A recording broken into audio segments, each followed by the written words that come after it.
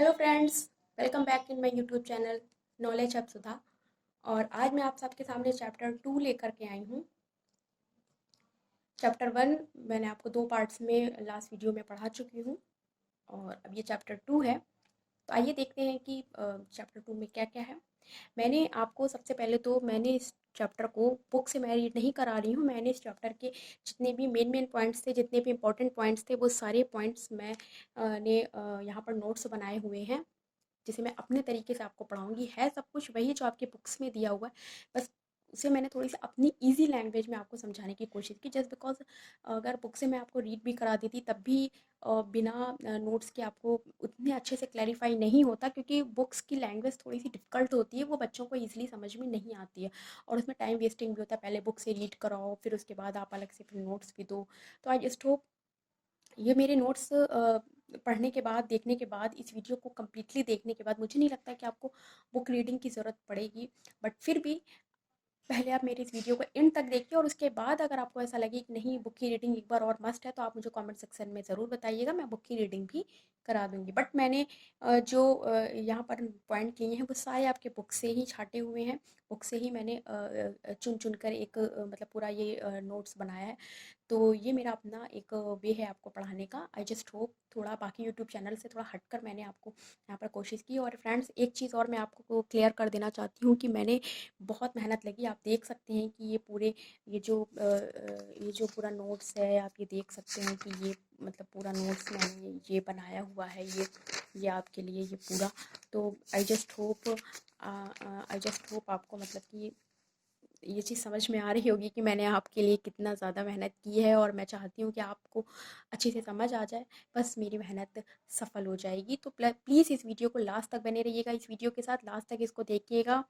और जाते-जाते आपको अगर ये मेरा वीडियो पसंद आ जाए तो इस प्लीज़ इसे लाइक, शेयर और सब्सक्राइब ज़रूर करिएगा और कमेंट सेक्शन में अपनी राय ज़रूर दीजिएगा, ताकि मुझे पता चल पाएगा कि आपको मेरा वीडियो कैसा लगा। Okay, so now let's get started. सबसे पहले हम देखते हैं कि चैप्टर का नेम क्या है। भोजन के घटक, कंपोनेंट ऑफ अ फूड। जो चैप्टर है हमारा वो क्या है? कंपोनेंट ऑफ अ फूड, यानी कि भोजन के घटक। ठीक है। सबसे पहला टॉपिक आपके चैप्टर में दिया हुआ खाद्य पदार्थ। What is the food? भोजन क्या है, खाद्य पदार्थ क्या है? प्रत्येक व्यंजन एक या एक से अधिक प्रकार की कच्ची सामग्री से मिलकर बना होता है। ये लास्ट चैप्टर में ये चीज़ बताई हुई है कि खाद्य पदार्थ क्या है। जो भी भोजन हम दिन भर में लेते हैं, उस भोजन में जिन जिन कच्ची सामग्री से मिलकर के हमारा भोजन बना हुआ होता है, उसे हम खाद्य पदार्थ कहते हैं। और ये भोजन हमें कहाँ से मिलता है? ये भोजन हमें पौधे या जंतुओं से प्राप्त होता है। हमारे खाद्य पदार्थों में कुछ आवश्यक घटक पाए जाते हैं, जिन्हें हम पोषक पदार्थ कहते हैं। पोषक पदार्थ क्या होते हैं? जो भी भोजन हम लेते हैं, हमारे हर भोजन में किसी न किसी प्रकार का पोषक पदार्थ ज़रूर पाया जाता है। कुछ ऐसे जो इंग्रेडिएंट होते हैं, कंपोनेंट होते हैं उसमें, वो पोषक मतलब वो उनसे हमें पोषण मिलता है, वो उनमें कुछ पौष्टिक तत्व ज़रूर होगा।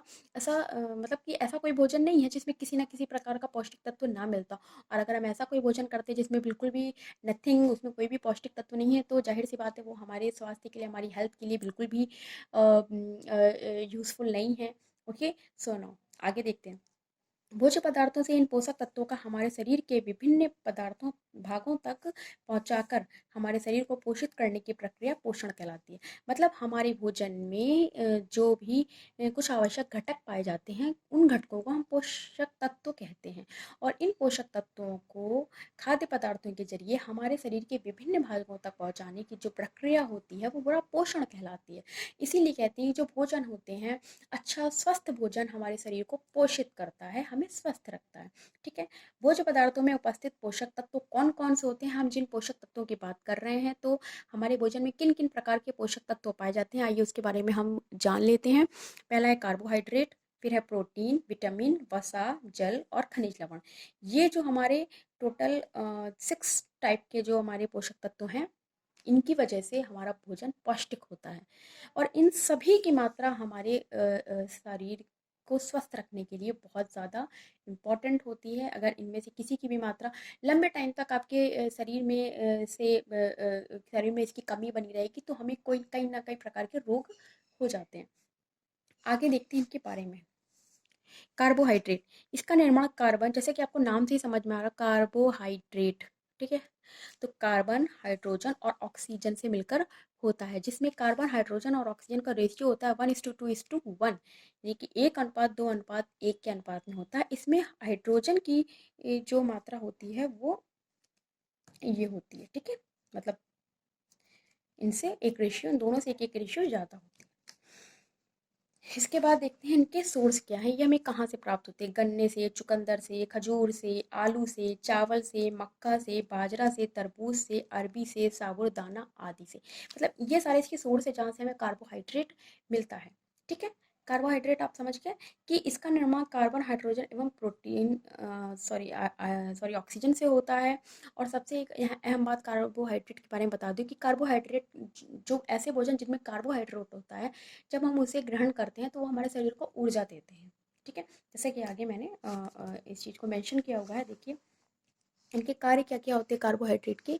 ये हमारे शरीर को एनर्जी देते हैं, यानी कि ऊर्जा देते हैं। ये पौधों में मंड यानी कि स्टार्च के रूप में संचित ईंधन का कार्य करता है। ईंधन का मतलब होता है कि एक तरह से किसी भी चीज़ को फ्यूल, किसी भी चीज़ को चलने के, जैसे गाड़ी होती है, गाड़ी जैसे ईंधन की बहुत ईंधन, जैसे कि आप कोई भी काम देख लीजिए कि ईंधन जस्ट लाइक अ एनर्जी, ठीक है। अब गाड़ी है, गाड़ी को चलाना है तो उसमें आपको जो है या पेट्रोल की ज़रूरत होती है, बिना पेट्रोल के गाड़ी नहीं चल सकती। तो petrol just like the energy of vehicles, ठीक है। तो बस इसी तरह से हमारे शरीर को भोजन की भी आवश्यकता होती है। अगर हमें शुद्ध स्वस्थ भोजन, पौष्टिक भोजन नहीं मिलेगा तो हमारा शरीर भी बहुत दिनों तक कार्य नहीं कर पाएगा, ठीक है। अब जंतु में ग्लाइकोजन के रूप में संचित रहता है। ये जंतु में बाह्य कंकाल बनाने का भी कार्य करता है। जो उनके बाहरी में मांसपेशियां होती हैं, बाहरी कंकाल, जो उनके शरीर का बाहरी ढांचा तैयार करने में कार्बोहाइड्रेट का बहुत बड़ा रोल होता है। तो आई जस्ट होप आप समझ गए होंगे कार्बोहाइड्रेट क्या है। कार्बोहाइड्रेट एक ऐसा पौष्टिक तत्व है जो हमें हमारे शरीर को एनर्जी एनर्जी देता है, ठीक है। यदि हमारे शरीर में कार्बोहाइड्रेट की मात्रा की कमी हो जाए तो हमारा शरीर कमज़ोर हो जाएगा। यदि कार्बोहाइड्रेट की मात्रा आवश्यकता से अधिक हो जाए तो हमारे शरीर में फैट बढ़ जाएगा, मोटापा बढ़ जाएगा। क्योंकि देखिए कोई भी चीज़ है उसकी एक अपनी एक लिमिट होती है। अगर लिमिट से कम या लिमिट से ज़्यादा होगा तो दोनों ही हमारे लिए जो है लॉस लॉस, दोनों ही से हमारे शरीर को लॉस हो सकता है। अब आगे आ जाते हैं दूसरे पॉइंट पे, वसा। इसका निर्माण भी कार्बन, हाइड्रोजन और ऑक्सीजन से होता है। इसमें ऑक्सीजन की मात्रा बहुत कम होती है। यह भी हमारे शरीर को एनर्जी प्रदान करता है, बल्कि कार्बोहाइड्रेट की तुलना में वसा से अधिक ऊर्जा प्राप्त होती है। इसका इस लाइन का जो मतलब है वो क्या है, आप देख लीजिए कि जितनी मात्रा, अगर मान लीजिए हम 10 ग्राम कार्बोहाइड्रेट वाला भोजन ले रहे हैं और 10 ग्राम वसा वाला भोजन ले रहे हैं, बट तो दोनों की कंपेयर में जो वसा वाला भोजन है वो हमारे शरीर को ज़्यादा एनर्जी देगा कार्बोहाइड्रेट के कंपैरिजन में, ठीक है। मतलब वसा हमारे शरीर को जल्दी एनर्जी देता है, ठीक है। वसा, अभी देखिए वसा जल में अघुलनशील होती है और कार्बनिक विलायक में घुलनशील होती है। जो कार्बन के विलायक होते हैं उनमें जल्दी घुल जाती है, ठीक है। सोर्स, अंडे, मछली, मांस, तिल, मूंगफली, दूध, घी, मक्खन, सरसों, बादाम, नारियल और पनीर इत्यादि से हमें वसा मिलता है। आपने जैसे सुना घी, तेल, सॉरी यहाँ तिल लिखा है या तेल होगा, ठीक है। तेल, सरसों का तेल, मतलब बादाम, मतलब आप देख रहे हैं ऑयली चीज, डॉक्टर कहते हैं ना ऑयली चीज़ें कम खाइए क्योंकि इस पे फैट होता है, वसा होता है। ऑयली चीज़ें हमें अवॉइड करनी चाहिए क्योंकि इससे जो है फैट बहुत बढ़ता है, ठीक है। यह भी ऊर्जा प्रदान करती है, शरीर को आकार और सुरक्षा प्रदान करती है। वसा घुलनशील विटामिन ए, डी, ई, के है। वसा में जो घुलनशील विटामिन, वसा में जो विटामिन पाए जाते हैं, जो उसमें वसा में मौजूद होते हैं वो होते हैं ए, डी, ई और के। ये विटामिन हमें वसा में मिलते हैं और वसा हमारे शरीर को सेप देता है और प्रोटेक्शन देता है, सुरक्षा प्रदान करता है और ऊर्जा भी वसा से मिलती है, ठीक है। विटामिन बी और सी जल में, देखिए अभी आपने यहाँ पर देखा कि वसा में घुलनशील ए, डी, ई और के, ये 4 विटामिन वसा में घुलनशील होते हैं और बचे हमारे 2 विटामिन बी और सी जो कि हमारे जल में घुलनशील होते हैं, ठीक है। अब हानि, वसा की अधिकता से शरीर में मोटापा बढ़ता है, सेम कार्बोहाइड्रेट की जैसे। मोटापा बढ़ने से हृदय रोग हो जाता है, पित्त रोग हो जाता है, ठीक है। इसके बाद में पथरी हो जाती है, रक्तचाप जैसे आदि रोग, ये सब वसा की अगर मात्रा अधिक हो जाए तो इससे हो जाता है। अब आ जाते हैं थर्ड पॉइंट, प्रोटीन पे। प्रोटीन का निर्माण carbon, hydrogen, oxygen, nitrogen in चारों से होता है। प्रोटीन का निर्माण अमीनो अम्ल से होता है, ठीक है। निर्माण करने वाले 20 अमीनो अम्ल में से 10 अमीनो अम्ल भोजन से प्राप्त होते हैं और शेष 10 का निर्माण जंतु कोशिका से होता है। मतलब प्रोटीन का निर्माण अमीनो अम्लों से होता है, यानी कि 20 अमीनो अम्ल में से जो 10 होते हैं वो हमें जंतु कोशिका से मिलते हैं और 10 जो हैं वो हमें भोजन से प्राप्त होते हैं, जो अमीनो एसिड्स होते हैं। सोर्स पनीर, मछली, अंडा, दूध आदि जंतुओं से और दाल, चना, सोयाबीन ये सब पौधों से प्राप्त होते हैं। ठीक है, ये सोर्स है। कार्य प्रोटीन हमारे शरीर की वृद्धि करता है, स्वस्थ रहने में सहायता देता है। हमारे शरीर में जो वृद्धि होती है वो प्रोटीन की वजह से होती है। स्वस्थ रहने में प्रोटीन बहुत बड़ा रोल प्ले करता है। इसके बाद में प्रोटीन एंजाइम के रूप में रासायनिक उत्प्रेरकों का कार्य करते हैं। प्रोटीन एक तरह का एंजाइम के रूप में हमारे शरीर में कार्य करते हैं। एंजाइम एक तरह का रासायनिक उत्प्रेरक होते हैं। उत्प्रेरक का मतलब होता है किसी भी प्रक्रिया को आगे बढ़ाना, ये होता है उत्प्रेरक का कार्य। तो प्रोटीन इस प्रकार कार्य करते हैं। प्रोटीन रुधिर का थक्का जमाकर रुधिर स्राव को रोकती है। मतलब जो जैसे कि मान लीजिए कि हमारे चोट लग जाती है और रक्त ब्लड हमारे शरीर से बहने लगता है, तो अगर हमारे शरीर में प्रोटीन की मात्रा है, अगर हम प्रोटीन का नियमित रूप से सेवन कर रहे हैं, तो प्रोटीन का काम होता है कि उस रुधिर के जो जो हमारा जो ब्लड बह रहा है उस ब्लड के बहाव को रोकता है, थक्का जमाता है। मतलब उससे हमारा ब्लड का बहना रुक जाता है। अगर हमारे शरीर में प्रोटीन की मात्रा कम हो जाएगी तो रुधिर का थक्का नहीं जमेगा और रक्त बहता रहेगा। आप समझ सकते हैं कि अगर ब्लड ज़रूरत से ज़्यादा बह जाए शरीर से तो कितना लॉस हो सकता है। हीमोग्लोबिन नामक प्रोटीन रक्त के परिवहन में ऑक्सीजन का वहन करती है। ठीक है,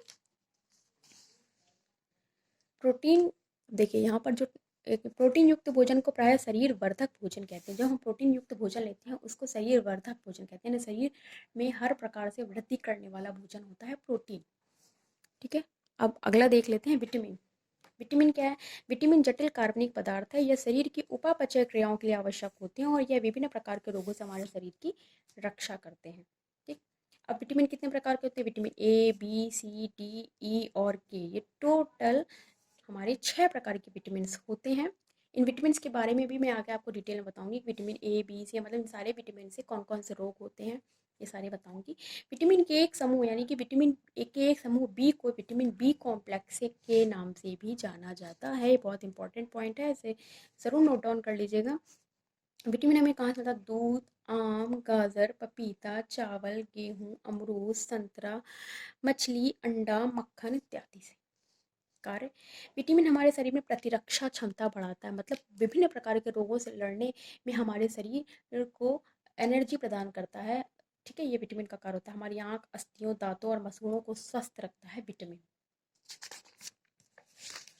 ठीक है, हमारा शरीर हमारा शरीर सूर्य के प्रकाश की उपस्थिति में विटामिन डी बनाता है। जो विटामिन डी है वो सूर्य के प्रकाश की उपस्थिति में बनाया जाता है। इसीलिए कहते हैं सुबह सुबह उठकर सूर्य के प्रकाश में थोड़ी देर बैठना चाहिए, जिससे कि हमारे शरीर को विटामिन डी मिलता है, वो सूर्य सूर्य से मिलता है। इसलिए कहते हैं सुबह सुबह उठकर व्यायाम करिए, एक्सरसाइज करिए, जिससे हमारे शरीर को विटामिन डी की पूर्ति होती है। अब आ जाइए विटामिन, उनके सोर्स और उनसे होने वाले रोग। विटामिन ई जो है मैं दूध, घी, मांस और सॉरी ए दूध, घी, मांस और मक्खन आदि से प्राप्त होता है और इसकी कमी से रतौंधी नामक रोग होता है, जो कि आंखों से संबंधित रोग है। ठीक है, कम दिखता है। फिर विटामिन बी वन, अब ये बी वन क्या है ये भी मैं आपको बताऊंगी। बी वन दूध, अंडा, सोयाबीन, सब्जियों, मांस इन सबसे प्राप्त होता है और विटामिन बी वन की कमी से बेरी बेरी नामक रोग जो हो जाता है, जिससे अस्थियां यानी कि मांसपेशियां दुर्बल हो जाती हैं और शारीरिक ऊर्जा में कमी आ जाएगी। जाहिर सी बात है, अगर आपके शरीर में मांसपेशियां दुर्बल हो जाएंगी, आप कमज़ोर हो जाएंगे, तो सारी आपकी एनर्जी में भी, शरीर की एनर्जी में भी कमी आ जाएगी। सी नींबू, संतरा, आंवला, मौसमी, टमाटर आदि से प्राप्त होता है और इसकी कमी से स्कर्वी रोग होता है। ये घावों का ना भरना, हड्डी व दांतों की वृद्धि रुक जाती है, रुधिर क्षीणता, शरीर की प्रतिरक्षा क्षमता कम हो जाती है, ये सारे रोग हो जाते हैं। डी मक्खन, मछली, तेल आदि, मछली के तेल इत्यादि से ये विटामिन डी की प्राप्त होती है और इसकी कमी से सूखा रोग हो जाता है। ठीक है, क्योंकि सूखा रोग आपने सुना, सूखा रोग विटामिन डी की कमी से आती है, क्योंकि विटामिन डी जो होता है सूर्य के प्रकाश की उपस्थिति से प्राप्त होता है। ये हमारी अस्थियों को मजबूत रखता है विटामिन डी। विटामिन ई तेल, अंकुरित अनाज, मांस, सोयाबीन आदि ये सारे सोर्स हैं विटामिन ई के। जनन क्षमता में कमी आ जाती है, कंकाल पेशियों में भी कमी आ जाती है। जनन क्षमता क्या है? प्रजनन क्षमता। इसकी कमी से बांझ और नपुंसकता इस तरह के जो रोग लग जाते हैं शरीर में। विटामिन के गोभी, सोयाबीन, पनीर, सब्जी इत्यादि से प्राप्त होता है और रक्त का थक्का नहीं जमता। अगर आपके शरीर में विटामिन के की कमी हो जाएगी तो रक्त का थक्का नहीं जमेगा, रक्त बहता रहेगा, वो फिर रक्त आपका रुकेगा नहीं। इसे रुधिर स्राव रोधी विटामिन भी कहते हैं। अब ये चीज़ मैंने आपको अपनी तरफ से इंक्लूड किया। अगर आप चाहें तो इस पॉइंट को आप स्किप भी कर सकते हैं, बट ये मैंने आपकी नॉलेज के लिए यहाँ पर स्किप इंक्लूड किया हुआ है। आपके बुक में केवल विटामिन बी कॉम्प्लेक्स ग्रुप का नाम लिया गया है, लेकिन उसके अंदर कौन कौन से विटामिन आते हैं ये नहीं बताया गया, बट इन्होंने विटामिन बी 1 को भी इंक्लूड किया हुआ है। आप अपने एक्सरसाइज में जाएंगे, वहाँ पर आप देखेंगे कि विटामिन बी 1 को यहाँ पर इंक्लूड किया गया है बुक में। इसलिए मुझे लगा कि मैं आपको विटामिन बी कॉम्प्लेक्स ग्रुप में कौन कौन से विटामिन आते हैं इतना मैं आपको यहाँ पर डिस्क्राइब कर दूँ। ठीक है, ये बहुत यूज़फुल रहेगा आपके लिए। विटामिन बी कॉम्प्लेक्स ग्रुप में विटामिन बी 1 आता है, vitamin B 2, vitamin PP, vitamin B 6, pantothenic acid, vitamin H, folic acid और विटामिन बी 12। ये सारे विटामिन आते हैं विटामिन बी कॉम्प्लेक्स ग्रुप में। तो दोस्तों, आज के इस टॉपिक में इतना ही। ये इस चैप्टर का पार्ट 1 था और इसके आगे का जो टॉपिक है, इसके आगे का जो भी रिमेनिंग टॉपिक है वो पार्ट 2 में आप देखेंगे। तो तब तक के लिए बाय बाय।